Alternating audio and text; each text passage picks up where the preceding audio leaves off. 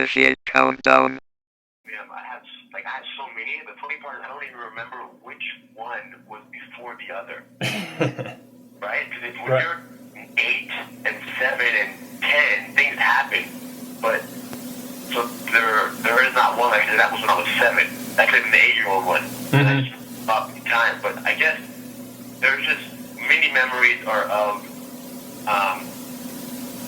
our house where my dad was teaching out of the garage, and just seeing people, come around in their Ds, and me kind of watching them do the classes and run around a little bit on the mat and then leave and just be looking in there. So a lot with that. And of course, there was, the memories of myself in kids classes when I was like 8 years old, 10 years old, and then how a certain age hit when I was like 12 years old, and I was almost fearful of doing jiu-jitsu because of the expectations that I held on myself to uphold the name even at 12 years old. It's funny how much the pressure was so much greater when I was 12 and 13 than it is today. Right. So basically it hit you around 12 years old. What were you doing before that? Were you wanting to skip stones and jump off cliffs and stuff? Before 12? Yeah. No, before 12 I was training more. Once I hit 12 is when I wanted to ride bikes and just do everything else. Ah, gotcha. Yeah, that's when I had like my little buddies. We can go walk on the block by ourselves, 10 years old, 12 years old. That's the least amount of students that I feel like most schools have is that 13, 14-year-old range. Right. Maybe even 12 to 14. But before, your parents put you in, so there's almost no escaping it. Yeah. But once you start hitting 12, you start having a voice, I don't want to go to jiu-jitsu.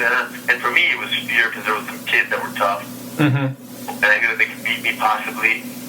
And they had beat me, so I'm like, man, I don't want to be embarrassed. And all the kids in the class knew that, Hidon is, part of the family. So it was very, very tricky. And once I hit like 16, 17, somehow all those years of getting beat up accumulated and kind of came together.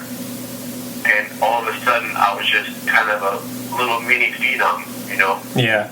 Without even trying. It just kind of happened. Well, when did the crossover happen between, you being a student or you feeling like a teacher? Probably at 16 years old, or like maybe 14, right at the end of that period where you don't want to do jiu-jitsu. I think what brings you back into jiu-jitsu is the fact that I can have a 6-year-old student, paying me $20 a half an hour, $10 a half an hour. Yeah. And, my dad giving me $5, $10 a half an hour for work. And that's like, wow. That's amazing. And that's amazing now. Yeah. Today and age, if you're making $10 a half an hour, people are struggling to get a job. So I'm 12, 13, and I'm just rolling around with some of these kids, arm locking them and just having toughen them up a little bit. And this is giving me a paycheck, one, which wasn't even the concern. I had nothing to pay for. I had no bills. There was no stress in my life. So more than the paycheck, it was a little bit of like the feeling of importance. And like I have a position now, like I'm a teacher. And being looked at as like a teacher naturally makes you feel, it increases your small sense of self-worth. Yeah. A 12-year-old kid, well, actually, the kid did work. Like, hey, shut it down, do this. I have a little bit of power now. Yeah. And then from there, it became addicting. Next thing you know, I'm 15, and I have a student who's, I'm 16 years old, maybe at 16, a 13-year-old student, a 12-year-old student. And then once I hit 18, 19, now I have 35-year-old students. So it just keeps going. And the next thing you know, I got this guy who's, a soldier. And the amount of people in the different walks of life that I start to interact with and teach at 20 years old, at 22 years old, it just keeps growing. And that's our father always said, you're the best job in the world. And And I think part of the reason why is because we associate with everybody. Like, it doesn't matter what you do, what walk of life that person is in, Jiu-Jitsu can not improve, but it can enhance. Because I don't want to say someone's life is not good. Yeah. But I think you can be a better doctor. Yeah. A better construction worker. Or whatever you might do. Just, not even Jiu-Jitsu, the martial arts in general. They bring a certain, maybe the principles, a certain level of creativity, of efficiency, the principle of patience. There's just so much can be learned. Kind of martial arts can help you through so much. Right. That's why when I say Jiu-Jitsu, I actually mean martial arts. Right. Gotcha. Not everybody has access to Jiu-Jitsu or great Jiu-Jitsu, but there are martial arts schools around the world. Right. I don't think Jiu-Jitsu is the most effective. It's been proven by far the most effective. But even other arts, I have friends of mine who live in other states, and they're like, man, there's no Jiu-Jitsu school within, 15, 20 miles from us. Right. So I'm like, dude, find a karate school. So I push karate, you know what I'm saying? Of course, they get the fully approved DVDs, but go to a karate school and just have your child be exposed to, other children and learn a little discipline. It all has value, and then in time, there'll be a Jiu-Jitsu school there. Right. Well, that's why you do Gracie University, right? And just so you know, I'm going for my blue belt, buddy. Good. Yeah, I'm training with already certified blue belt holder Brandon Vaughn. He's another writer for the Combative Corner. I'm training with him. Very cool. Because he wants to be able to teach it, so he's got to get that extra bit. Huh? I met Brandon also. Yeah, Brandon Vaughn. Yeah, we both met you over in Norfolk, Virginia. I think that was in October over at Bill Odom's place. Yeah, I remember. Yeah. Well, question number 3. We've seen all fighters being submitted, whether it's Hoist and Hughes and Hoyler and Sakuraba. But it appears that the Gracies are either super flexible, super tolerant of pain, or both. Is there a secret behind being like literally unsubmittable? No, I don't think that these guys are unsubmittable. I think that I don't know the Hoyler Sakuraba one. He was really really torquing the shoulder with that one.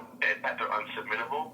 I think that both submissions were caught at a point where the person that was applying the submission, they were not positioned to where they could apply the maximum and most amount of leverage. Like I was just talking about Matt Hughes' arm lock the other day that he had on Hoist. Yeah. Filming a breakdown for it. And Matt Hoist's shoulder was a little bit off the ground, like kind of his two shoulders were almost at a vertical. So what that does is if your shoulders was on the ground flat, it might have been a little bit more painful. So I think it has to do with just the understanding that Hoist and Weather have and their ability to position themselves, kind of move their body a little bit to where the person that's applying the pressure can't even really see and understand why it's not working. Right. Because they're both human, Yeah. But they do know that, like, listen, if I turn my hips a little bit this way, and I turn my upper body and bridge a little bit, the pressure that he can apply will be much less, and he'll have less position on me, less control. So, of course, getting caught in the same submission over and over and over can, make, like, my ankles are kind of flexible, I feel, because of so many footlocks done by Henner on me, or attempted footlocks, that they're stretched out, which has value to have certain things stretched to a point to where they can't be, hurt as easy. Right. You don't want to stretch it too much to where it loses its stability, but for sure those guys should understand Hoyt and Hoyler, along with all their brothers, and most people who are very advanced, they know the proper angles to make the submission work and the ones that make it not work. Right. It's all about position. Mm-hmm. Okay. According to the Gracie family tree, your father has, 10 kids, and, Henry and you were the most prominent teachers. What are the others doing, and are they belt holders in Jiu-Jitsu? Yeah, I have two older sisters that are, I have three sisters total, and they all know the Women in Power course, and a fair amount of, you have to do an arm lock from the mount, they can do it, but they're not, they don't do anything regular. Mm-hmm. And then I have, my brother Halik, who's right below Heather and I, is teaching, not as much as Heather and I, but he's teaching a lot now. He was fighting for a while. He had his, 3 fights in Japan. Mm-hmm. And he won all 3 fights. He had a little fight, and he possibly considering fighting again, but in no major hurry because he's still young. Yeah. He's got years to go. He's younger than us, so he already has 3 fights. And he had 2 kids. Wow, okay. So, and then my brother below Halik is Halen, and he is a brown belt. Brown belt, who is ridiculous. Rolling. And he has not been teaching that much as it is right now. Mm-hmm. He has a little training, a little exercising, but he also has a hobby of working with cars. Okay. With race cars. And we have some, friends and connections that kind of grew as one of his little hobbies. Same way Halik has the hobby of hip-hop. Galen has the hobby of cars. And then I have 3 younger brothers who are all 12, 10 or 11 or something. And then baby brother was 2. And the younger one, 12 years old, actually does teach Jiu-Jitsu now. A couple 5-year-old kids. Nice. At phase of becoming a little instructor. And the one below that, they just train in the classes and kind of hang out. So myself, Henner, and Halik are the 3 people who are most involved in the teaching here. Very cool, very cool. Well, here's a tough question for you. I think I know the first one, but if you had to choose your 5 top techniques, what would they be? Submissions or techniques to know, period? Let's just say techniques. Techniques and or submissions. You can add the submissions to that. Well, no, if it's technique, period. Okay. And just to know in life, it would be the ability to close distance. Okay. Clinch someone. To basically not get punched standing up and just rush them and how to control them. Mm-hmm. And I think the takedown would happen naturally from there. And then the bottom of the guard. Defending punches from the bottom of the guard, the punch block series. Right. And maybe the triangle from the bottom of the guard. So triangles, punch block series, closing the distance.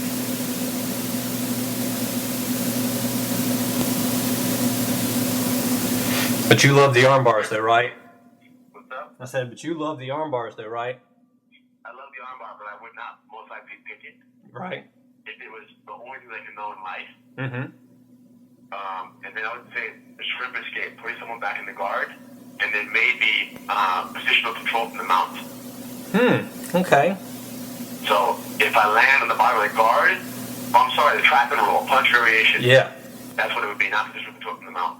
Okay. If you had to escape the mount, escape the side mount, defend somebody in my guard, do the triangle, and take the person in the clinch. It would be very, very rudimentary. Just imagine if I had to go spend, my life in some prison somewhere in another country. Yeah. It would be the 5 things to just keep me at least from getting beat up. Yeah. The arm lock is very, very offensive.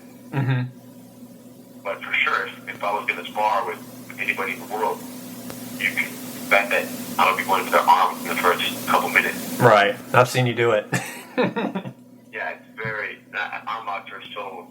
Actually, they're the most available technique out there. especially if you're very good at attacking people's necks and throwing punches. Everybody's always using their arms almost unconsciously to defend themselves from punches or from chokes. Everybody's elbows are always up and out, especially people who are uncomfortable on the ground, which is 99% of the world. And that 1% that trains jiu-jitsu of the people in the world, maybe 99% of that 1% doesn't really feel comfortable on their backs, even though they train jiu-jitsu. Right. So what that means is that a lot of people aren't as comfortable as they could be on the bottom of the fight. Yeah. So. Okay. Here's a teaching question for you. What's something that you feel that every aspiring blue belt should know? A blue belt through Gracie combatives, correct? Right. Like, just informationally or just philosophically. That the techniques that you're learning to become a blue belt, especially through Gracie Academy, and through Gracie combatives, the techniques that you're learning are specifically designed only to help you defend yourself against an unskilled opponent in a street fight. And there are other schools that will get you a blue belt that their focus will be to prepare you to deal with a skilled opponent in jiu-jitsu to a blue belt level. You know what I mean? Right. So that's the basic understanding of survival in jiu-jitsu. And neither one is right or wrong, but it's important that you figure out why you want to learn jiu-jitsu or martial arts.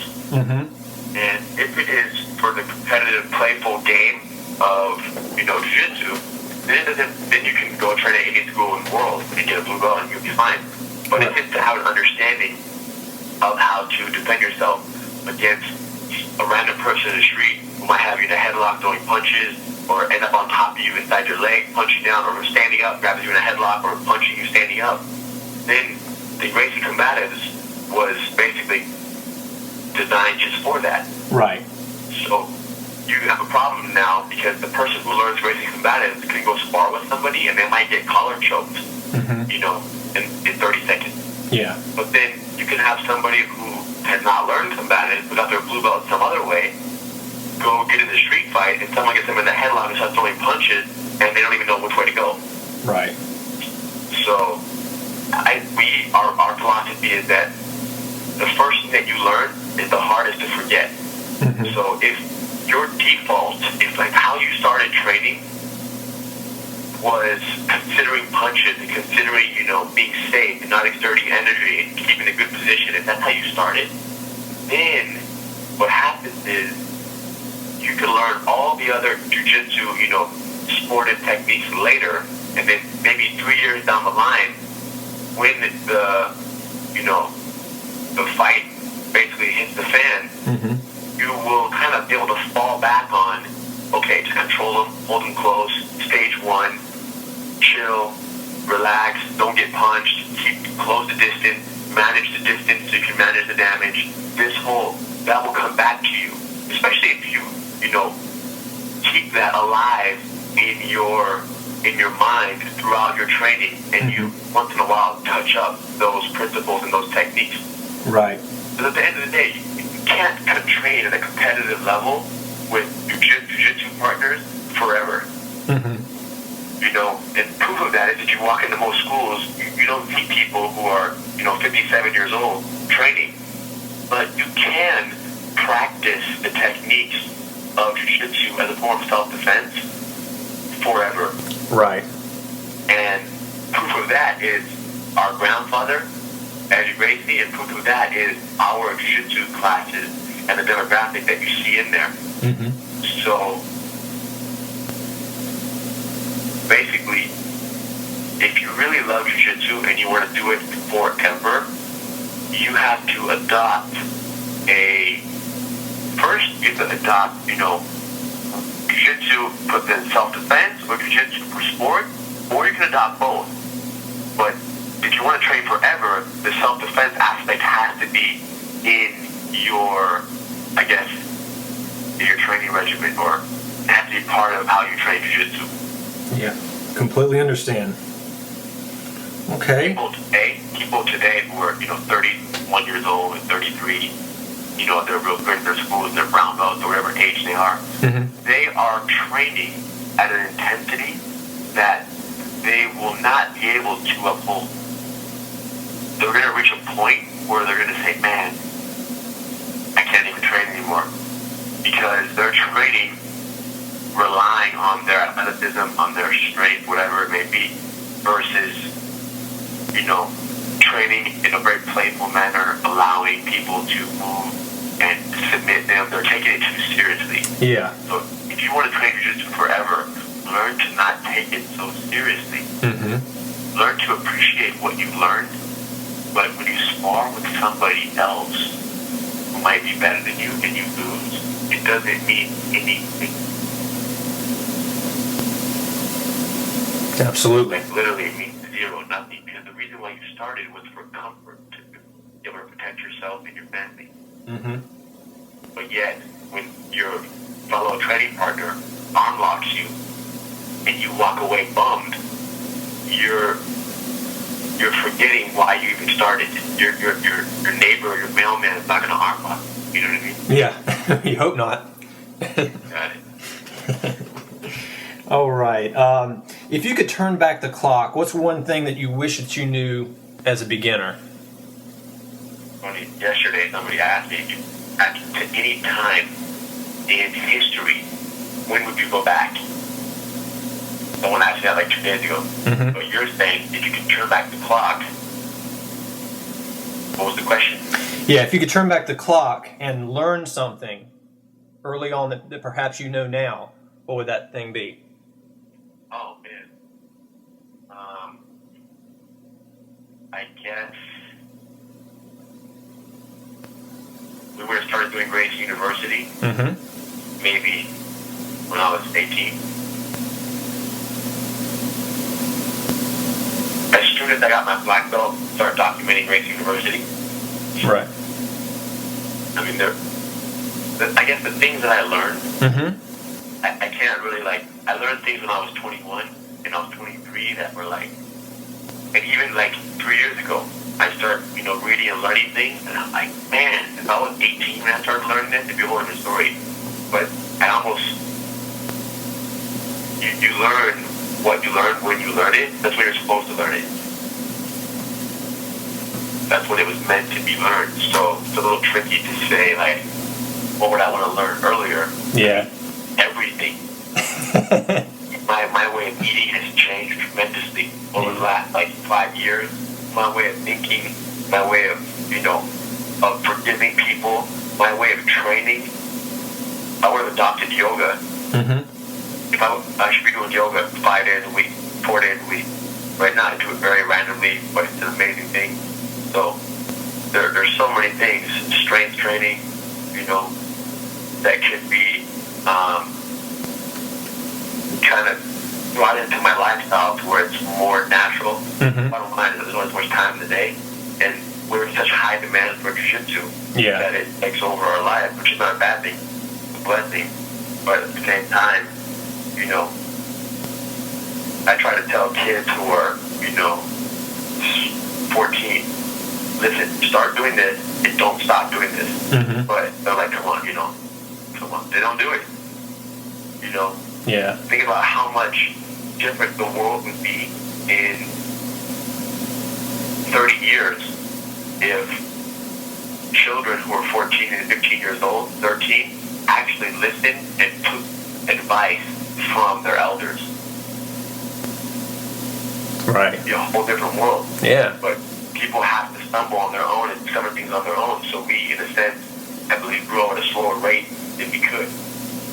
Absolutely. The problem is you have so many adults giving advice that is, I want to maybe ego-driven, or, they themselves are a little bit,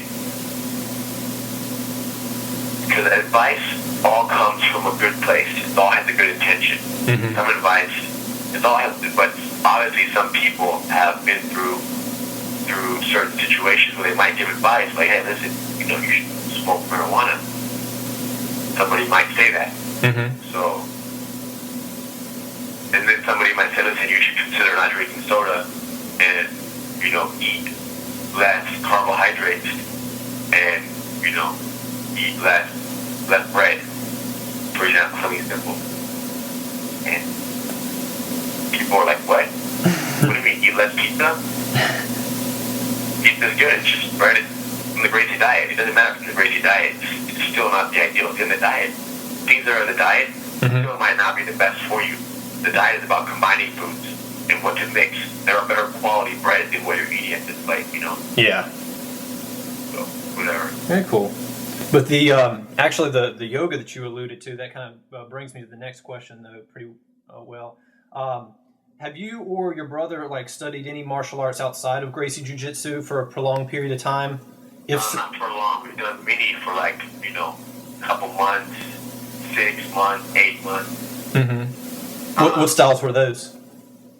We have had boxing coaches throughout the years. Maybe 4 or 5 different boxing guys. We would go for stretches of 6 months, train with them, stop for a year and a half.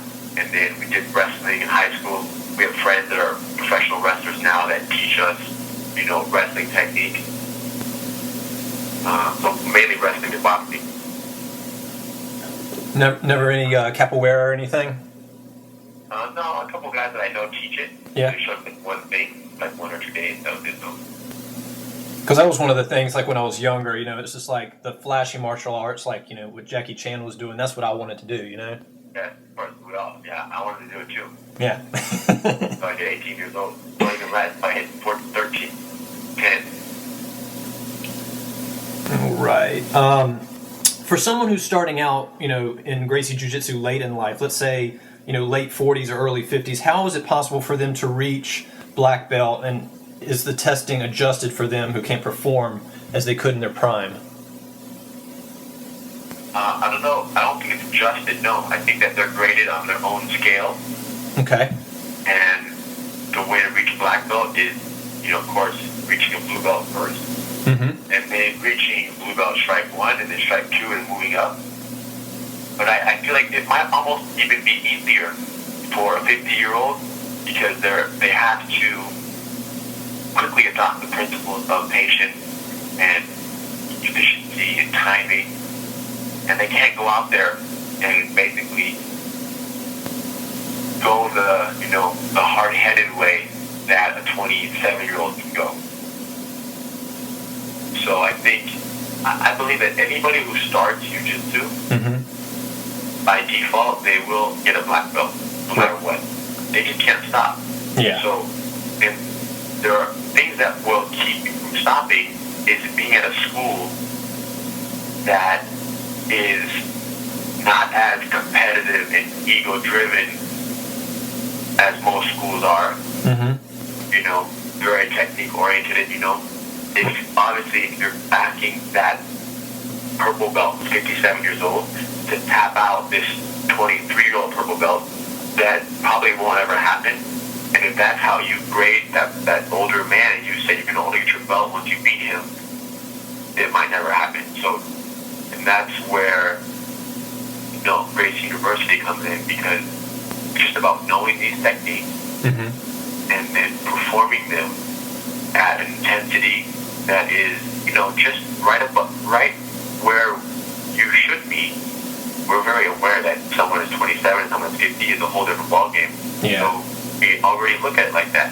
And yes, a 27-year-old purple belt or a 27-year-old black belt compared with a 57-year-old purple or black belt, the younger one is going to win 98% of the time. But that doesn't mean that the older one is not a black belt, It means that we're just judging them off their knowledge and their understanding of the principles and the philosophies. We're not judging them off, against the 27-year-old phenom. Right. Well, question number 10. Congratulations on recently getting married, buddy. It looked beautiful. That's very nice. Thank you. Yeah. What does your wife think of what you do, and does she participate? She does it very well. She's actually one of the best students I've ever had in my life. top people forever learning jiu-jitsu I've ever seen is her, because she's a professional dancer. She dances. Mm-hmm. So a move is taught one time, and the technique is like perfected, not in the sense of reflexes, but in the movement through the steps. Right. So that's her participation, and then she knows breaking combatives, and she knows movement empowered. She does not care as far. Mm-hmm. Her participation is that, and she helps out in kids' classes, helps out movement empowered, and just has a very good personality for being on the mat and helping people. Right. Like I said, like to talk and almost bond with students almost more than me. Almost has more energy than me, so that's great for me to have her there, and I'll just kind of step back. Yeah. Probably your toughest opponent too, isn't she? My toughest opponent, for sure. Wives usually are. Well, do you have? She's very she sees the impact that it has on people. Mm-hmm. So of course she's very proud and very, for the Gracie Academy and just how much it helps children and women and people all around. So good. Yeah. Do you have time for a bonus question? Yeah, bonus question. I got 1 minute. Go ahead. Okay. I gave this one to Henner. If given the time, money, conditions were right, Henner would choose to fight a giant who doesn't believe in jiu-jitsu. What or who would you pit your talents against and why? Alive, dead, or fictitious? Who would be fun to fight against, huh? Yep. In most life? Well, why would that be? What's up? I said, why would that be? Why would that be? Mm-hmm.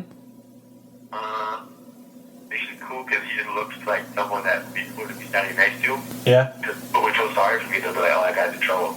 It would be like recreating the whole hoist in the UFC lineup look. Yeah. Yeah. Fighting the... Yeah. Who are all bet against me, So anybody who looks like that, looks kind of crazy, would be good. Very good, very good.